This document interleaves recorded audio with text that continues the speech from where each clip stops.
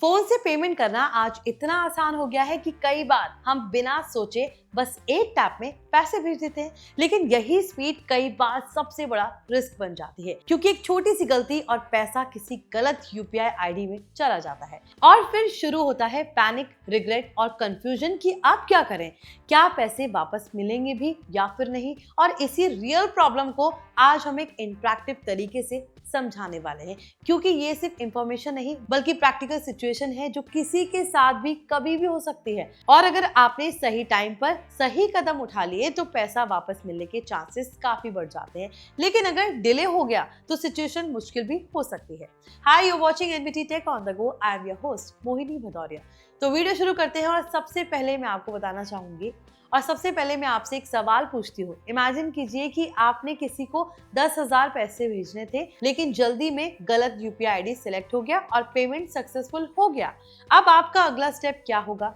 क्या आप वेट करेंगे कि सामने वाला खुद पैसे वापस कर देगा या तुरंत एक्शन लेंगे? क्योंकि यहीं पर मेजॉरिटी लोग गलती कर देते हैं, वो वेट करते रहते हैं और वैल्यूएबल टाइम खो देते हैं। जबकि इस तरह के केसेस में टाइम ही सबसे बड़ा फैक्टर होता है। जितना जल्दी आप एक्शन लेते हैं उतना ज्यादा रिकवरी का चांस होता है।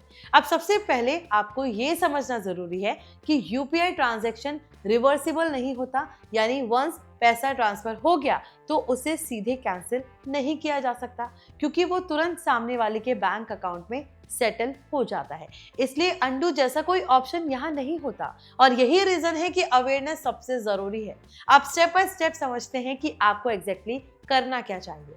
सबसे पहला स्टेप है तुरंत ट्रांजैक्शन डिटेल्स चेक करना। यूटीआर नंबर, अमाउंट, डेट और रिसीवर का नाम वेरीफाई करना, क्योंकि कई बार कंफ्यूजन में लोग गलत ट्रांजैक्शन रिपोर्ट कर देते हैं। दूसरा स्टेप है अपनी यूपीआई ऐप में जाकर तुरंत कंप्लेंट रेज करना। चाहे आप गूगल पे यूज करते हो, फोन पे या पेटीएम, हर ऐप में रेज इशू या फिर रिपोर्ट प्रॉब्लम का ऑप्शन होता है। यहाँ जाकर आपको ट्रांजैक्शन सिलेक्ट करना है और इशू रिपोर्ट करना है। और आइडियली ये काम आपको 1 घंटे के अंदर में कर लेना चाहिए, क्योंकि इसे गोल्डन विंडो माना जाता है। अब यहाँ आता है एक टर्म जो आपने शायद सुना होगा, किल स्विच। बहुत लोग इसे गलत समझते हैं कि ये कोई बटन है जिसे दबाते ही पैसा वापस आ जाएगा, लेकिन ऐसा नहीं है। किल स्विच असल में एक इमरजेंसी रिस्पांस मैकेनिज्म है, जिसमें आप तुरंत बैंक, यूपीआई ऐप और एनपीसीआई को अलर्ट करते हैं कि ये ट्रांजैक्शन गलत है या सस्पिशियस है। और जितनी जल्दी ये अलर्ट जाता है उतना ज्यादा चांस होता है कि सिस्टम उस ट्रांजैक्शन को डिस्प्यूट कैटेगरी में डाल दे और रिकवरी प्रोसेस शुरू हो जाए। अब तीसरा स्टेप अपने बैंक को इन्फॉर्म करना, क्योंकि यूपीआई ऐप्स सिर्फ इंटरफेस होते हैं, एक्चुअल ट्रांजैक्शन बैंक्स के बीच होता है। इसलिए आपको अपने बैंक के कस्टमर केयर पर कॉल करना चाहिए और उन्हें ट्रांजैक्शन आईडी के साथ पूरी डिटेल्स देनी चाहिए। बैंक इस केस में रिसीवर बैंक से कांटेक्ट करता है और पैसे वापस लेने की कोशिश करता है। लेकिन यहाँ एक इम्पॉर्टेंट रियलिटी है जिसे समझना बहुत जरूरी है।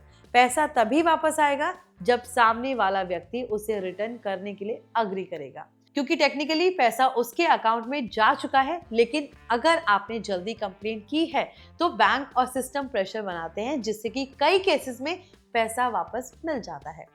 अब अगर बैंक लेवल पर इशू रिजॉल्व नहीं होता तो अगला स्टेप है एनपीसीआई, यानी national payments corporation of India के पोर्टल पर जाएं, कंप्लेंट दर्ज करें। यहाँ आप ग्रीवेंस सेक्शन में जाकर अपनी शिकायत दर्ज कर सकते हैं और ट्रांजैक्शन डिटेल सबमिट कर सकते हैं। साथ ही एनपीसीआई का टोल फ्री नंबर 1800-120-1740 भी अवेलेबल है, जहां आप डायरेक्ट कंप्लेन कर सकते हैं। अब अगर यहाँ पर भी सॉल्यूशन नहीं मिलता तो आपके पास एक और ऑप्शन है, आरबीआई ओम्बड्समैन, जहां आप बैंकिंग कंप्लेंट एस्केलेट कर सकते हैं। ये प्रोसेस थोड़ा फॉर्मल होता है लेकिन स्ट्रांग होता है।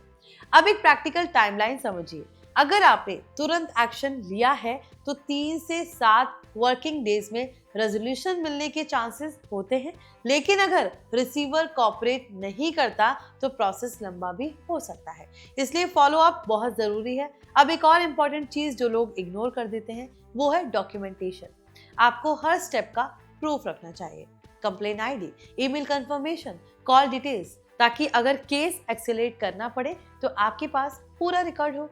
अब एक रियल लाइफ सिचुएशन समझिए। आपने 5,000 गलत अकाउंट में भेज दिए। आपने तुरंत कंप्लेंट किया, बैंक को इन्फॉर्म किया, एनपीसीआई में केस डाला।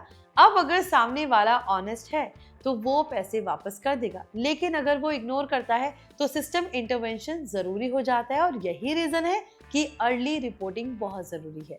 अब प्रिवेंशन की बात करें तो ये सबसे पावरफुल स्टेप है, क्योंकि रिकवरी हमेशा गारंटेड नहीं होती। पेमेंट करने से पहले हमेशा रिसीवर का नाम चेक करें, यूपीआई आईडी वेरीफाई करें, अमाउंट डबल चेक करें और अगर पॉसिबल हो तो पहले स्मॉल टेस्ट ट्रांजैक्शन करें। खासकर जब आप किसी नए व्यक्ति को पैसे भेज रही हो। क्यूआर कोड स्कैन करते समय भी ध्यान रखें कि सही नाम शो हो रहा है या फिर नहीं। अब एक और ट्रेंड समझिए, जैसे जैसे यूपीआई यूसेज बढ़ रहा है वैसे वैसे रॉन्ग ट्रांसफर और फ्रॉड केसेस भी बढ़ रहे हैं। यही रीजन है कि आरबीआई, एनपीसीआई लगातार अवेयरनेस कैंपेन्स चला रहे हैं, लेकिन अल्टीमेटली रिस्पॉन्सिबिलिटी यूजर की ही होती है। अब एक honest conclusion, UPI system fast है, कन्वीनियंट है, लेकिन अनफॉरगिविंग है, यानी यहाँ गलती की गुंजाइश कम है। इसलिए स्मार्ट यूजर वही है जो स्पीड के साथ कॉशन भी रखे। अब मैं आपसे पूछना चाहूंगी, अगर आपके साथ अभी ऐसी सिचुएशन हो जाए तो आप क्या पैनिक करेंगे या फिर सही स्टेप फॉलो करेंगे? और क्या आपने कभी गलत यूपीआई ट्रांसफर का एक्सपीरियंस किया है? कमेंट करके अपना एक्सपीरियंस जरूर शेयर करें, क्योंकि आपकी स्टोरी किसी और की हेल्प कर सकती है। आई होप ये वीडियो आपके लिए इन्फॉर्मेटिव रहा। इसे ज्यादा से ज्यादा उन लोगों के साथ शेयर करें जो अक्सर स्कैम और फ्रॉड में फंस जाते हैं, जो अक्सर ये गलती करते हैं, जो बिना सोचे समझे किसी की भी यूपीआई आईडी पर पैसे ट्रांसफर कर देते हैं और बाद में उन्हें पछताना पड़ता है। आई होप ये वीडियो आपके लिए सही रही हो। प्लीज इसे लाइक शेयर जरूर करें और कमेंट में अपनी राय जरूर दीजिए। तब तक के लिए देखते रहिए NBT tech on the go और चैनल को सब्सक्राइब करना ना भूलें।